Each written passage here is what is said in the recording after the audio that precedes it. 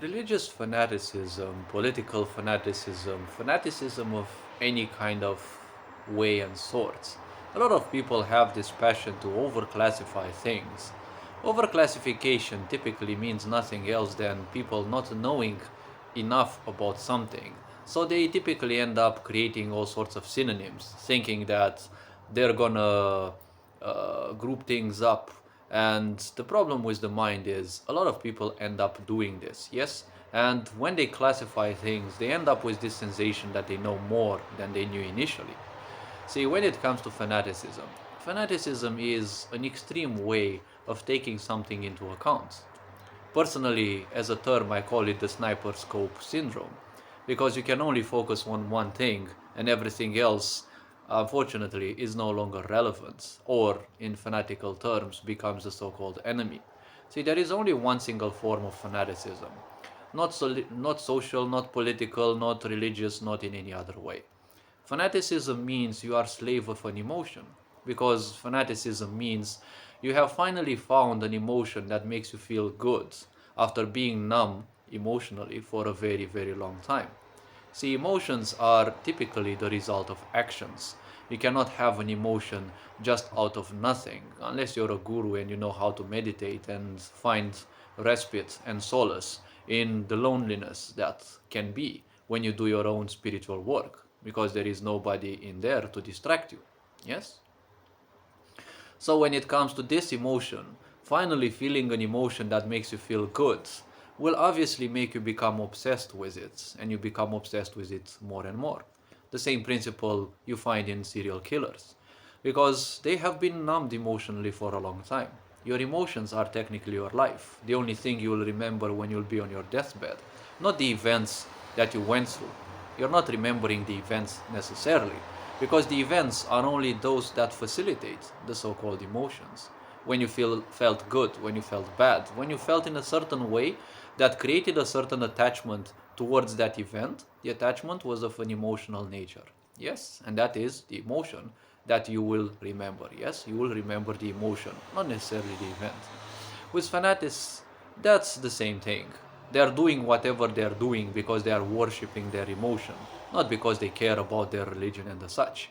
Because if you take into account those people, well, all the Abrahamic religions kind of tend to tell you don't kill, or, well, something in the lines of that. But when you look at fanatics, they don't seem to be doing that. They don't seem to be caring much about their religion, anyways. It's all about worshipping their little emotion that they have become accustomed to. And unfortunately, how our brain functions and how our body functions and how life functions in general, the more you do something, the better you become at it. And then it's going to become harder and harder to pull out of it, because the more you do something, it's like the more you convince the energies within your body that that is the way.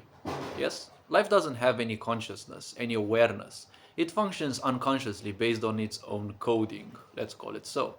And you, in this physical body, that piece of life that you are, now have access to levels of awareness through this physical body that you are in.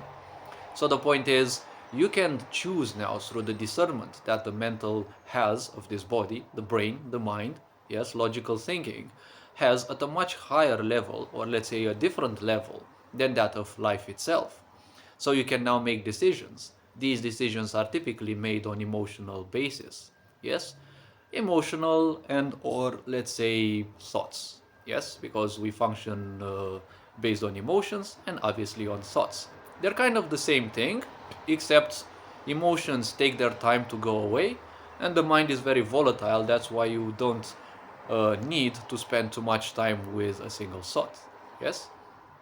But when it comes to fanaticism, it is nothing else than people simply giving all their attention, all their energy to that one single emotion. You take that emotion away from them, they will become emotionally numb again. Why are they capable of killing? Because fanaticism is the apex of becoming a slave to this so called emotion.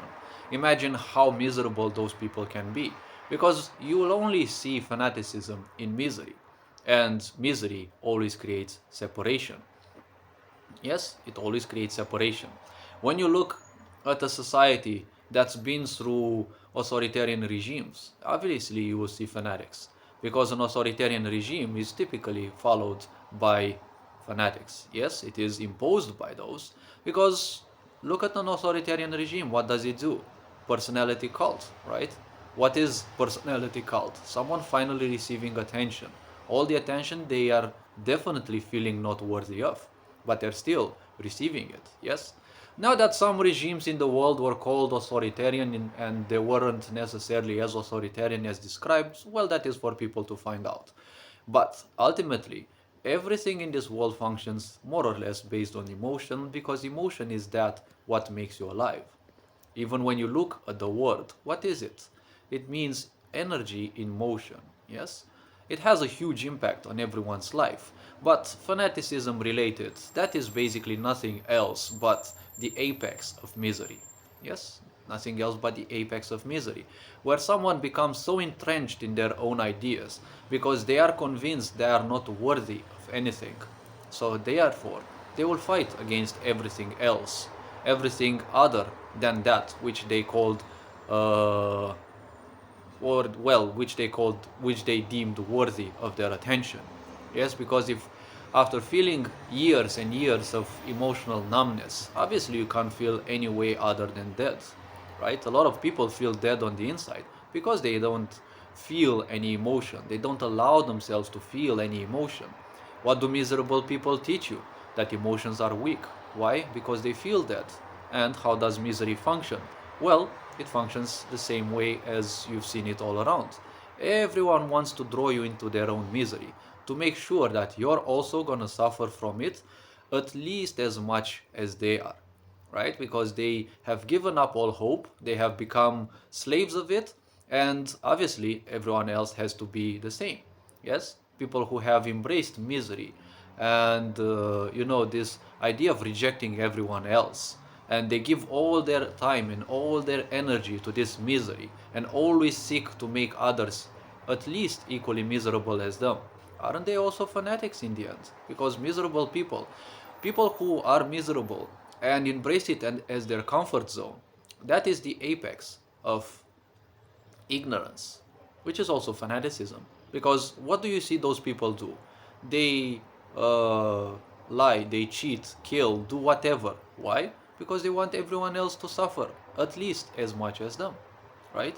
They are the apex of this idea of misery, yes, which also makes them fanatics because they are fanatically seeking to make everyone at least as miserable as them. So there is only one thing, one fanaticism. Don't bother yourself. Don't bother your mind with classification. You call them religious fanatics because they say they claim they are religious. Some people are fanatics from a military standpoint, from a sports standpoint. It's all just worshipping one single emotion, which finally they felt that gave them a sense of life.